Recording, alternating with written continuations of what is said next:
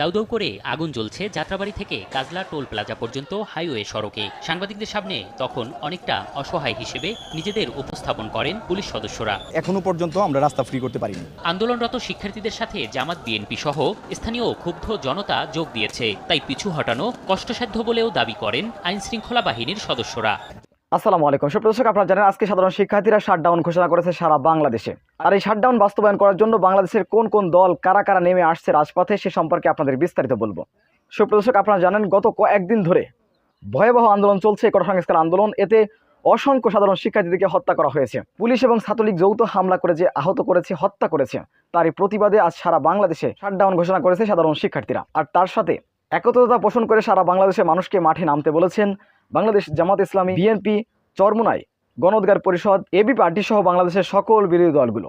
সুপ্রদর্শক, ইতিমধ্যে বাংলাদেশ ইসলামী ছাত্র শিবির আজ যে রাত গেল, এই রাতে ঢাকা বিশ্ববিদ্যালয়ের শিক্ষার্থীদেরকে বাঁচানোর জন্য তারা ছুটে গিয়েছিল মশাল মিছিল নিয়ে। আমরা সেই দৃশ্যটি দেখে আসবো।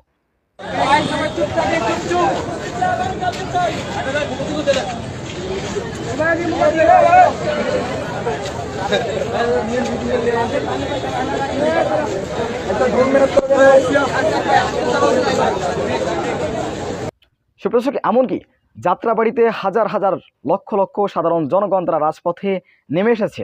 সাধারণ শিক্ষার্থীরা আহ্বান জানিয়েছে। আপনারা জানেন ঢাকা বিশ্ববিদ্যালয়ের শিক্ষার্থীরা বলেছিল ঢাকা বিশ্ববিদ্যালয়ের আশপাশে যারা আছেন সবাই রাজপথে নেমে আসুন। আর তাদের কথা সাড়া দিয়ে বাংলাদেশের সাধারণ জনগণ, ঢাকা শহরে ঢাকা বিশ্ববিদ্যালয়ের আশপাশের জনগণ তারা রাজপথে নেমে এসেছিল।